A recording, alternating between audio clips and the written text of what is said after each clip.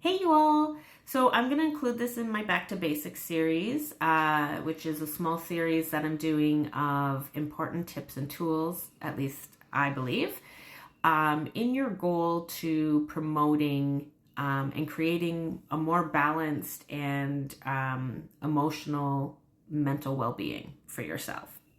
So again today we're talking about connections. When we look back hundreds of thousands of years ago, we used to live in villages or very small communities where the goal was to work together to provide and care for the village as a whole. So certain people had different roles within the community, but the community served everybody as a whole and took care of everybody as a whole and provided for each other and worked together towards the common goal, which was to have a good village, essentially. So I want to call him my good friend, but I don't have the privilege of calling him my good friend. But Dr. Gabor Matè, he is a doctor and motivational speaker. He has been talking about the importance of connection since early on in his speaking career. So I'm going to tag a video here with him where he talks about the importance of connection. One of the things he said, I have two quotes from him that I wrote down that I wanted to share. So he talks about human connection is the key to healing from alienation. And then he talks about safety is not the absence of threat. It is the presence of connection. So what I've really learned from Dr. Gabor Matè's work and from my own personal healing journey and from what I have had the privilege of experiencing with my clients as they work on their journeys is in order to be able to start to heal, you need to feel safe. And you cannot feel safe unless you have connections. And we're talking healthy, supportive connections. Not, I have my mother who's my worst critic, but, right? We're talking about good, stable, healthy connections. People that you enjoy being around. They make you feel good. They inspire you. They encourage you. They're there to support you when you need it.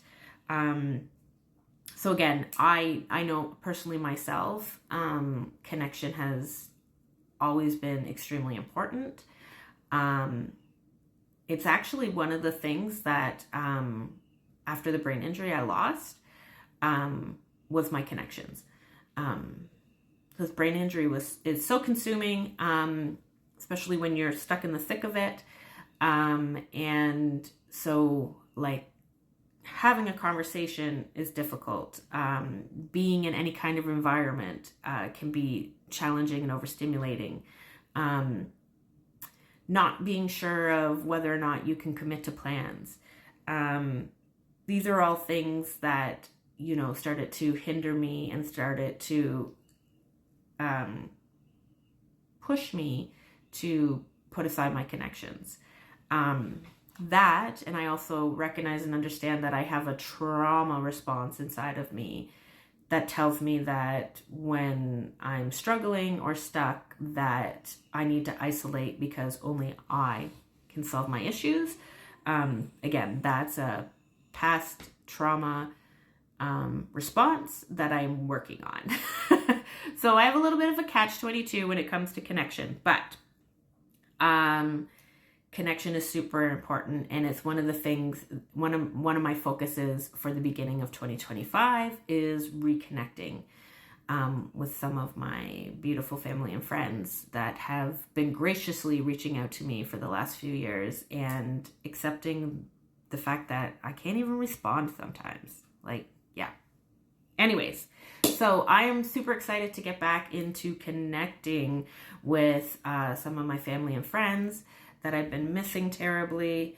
I'm really recognizing that as I'm not working, I am so missing my connections with my students and my clients. So I don't know, maybe a little freelance work is something I need to look into so that I can go back to having that. Building connections is like my superpower, honest to God. So when I am out and connecting with others, I feel amazing. So I really need to get back to that. I have a couple stats here that I want to share quickly in case I haven't convinced you that connection is important. So connection has been shown to lower anxiety and depression, help regulate emotions, increase self-esteem. It helps to protect us against chronic illnesses and diseases. It also helps to improve our nervous system and our immune system, and to contribute to our overall well-being and happiness. So again, if you are struggling with connecting right now, reach out. Please connect with me because I need some connection too. So maybe we can help each other that way. Other ways that I find that you can connect from home is like social media, different groups, but not just like joining a group and watching the post. You have to engage, right? Because you're not connected if you're not engaging, right? Engagement is so important to connection. Community centers, churches, seniors areas and groups. These are all places where connection is normally offered for free or at a cheap price. And again, volunteer work where you can connect, like maybe animals, maybe people is not your thing. Maybe you're like, oh, Pam, I ain't doing people. Fair enough. Connect with a local shelter or a rescue and see if there's some volunteer work you can do where you can connect with the animals. Lastly, if animals and people are not your thing, get out and connect with nature, because I think that's the connection that we're not connecting with anymore. Like, honestly, who has time to who has time to stand outside in the grass in their bare feet? Honest to God, who has time to do that, right? In this society. So really, it's just about, connection is about feeling attached to or a part of something. So whether it's nature, animals, people, there's lots of different ways you can go about connection. So please, if you're stuck trying to figure out where to connect or how to connect, reach out. Let's work together to find some connection for you. And hopefully it will continue to encourage me to continue to step out and reconnect with my people and situations that I'm looking to reconnect with. Okay, so that's my rant on connection. I am going to link a video from Dr. Gabor Matè where he talks about the importance of connection. I think he's amazing. I truly, truly am super grateful for him and his work. All right, have a blessed day, everyone. Thanks.